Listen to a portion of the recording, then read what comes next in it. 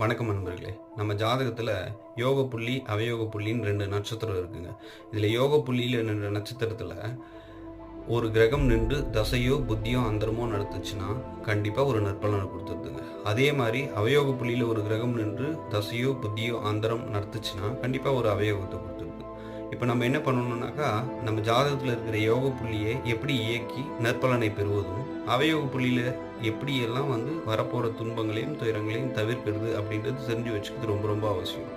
உதாரணமா, தோனி சாரோட ஜாதகத்துல பார்த்தீங்கன்னா, யோக புள்ளி புரட்டாதி நட்சத்திரம் வரும். புரட்டாதி நட்சத்திரம்னா ஆண் சிங்கம், குருவோட நட்சத்திரம். குருனாலே மஞ்சள். ஸோ, சென்னை சூப்பர் கிங்ஸ்ல அவரோட ஜெர்சி கலர் எல்லோ கலர். இயற்கையாகவே அவருக்கு அந்த லோகோ பார்த்தீங்கன்னா, சென்னை சூப்பர் கிங்ஸ்ல சிங்க முகம் வந்துருச்சு. அதனால தான் அவருக்கு மிகப்பெரிய ஒரு அதிர்ஷ்டத்தையும் கொடுத்துச்சு. இப்போ நடந்துட்டு இருக்கிறதும் அவருக்கு குரு தசை தான். அப்போ ஒரு யோக புள்ளியில ஒரு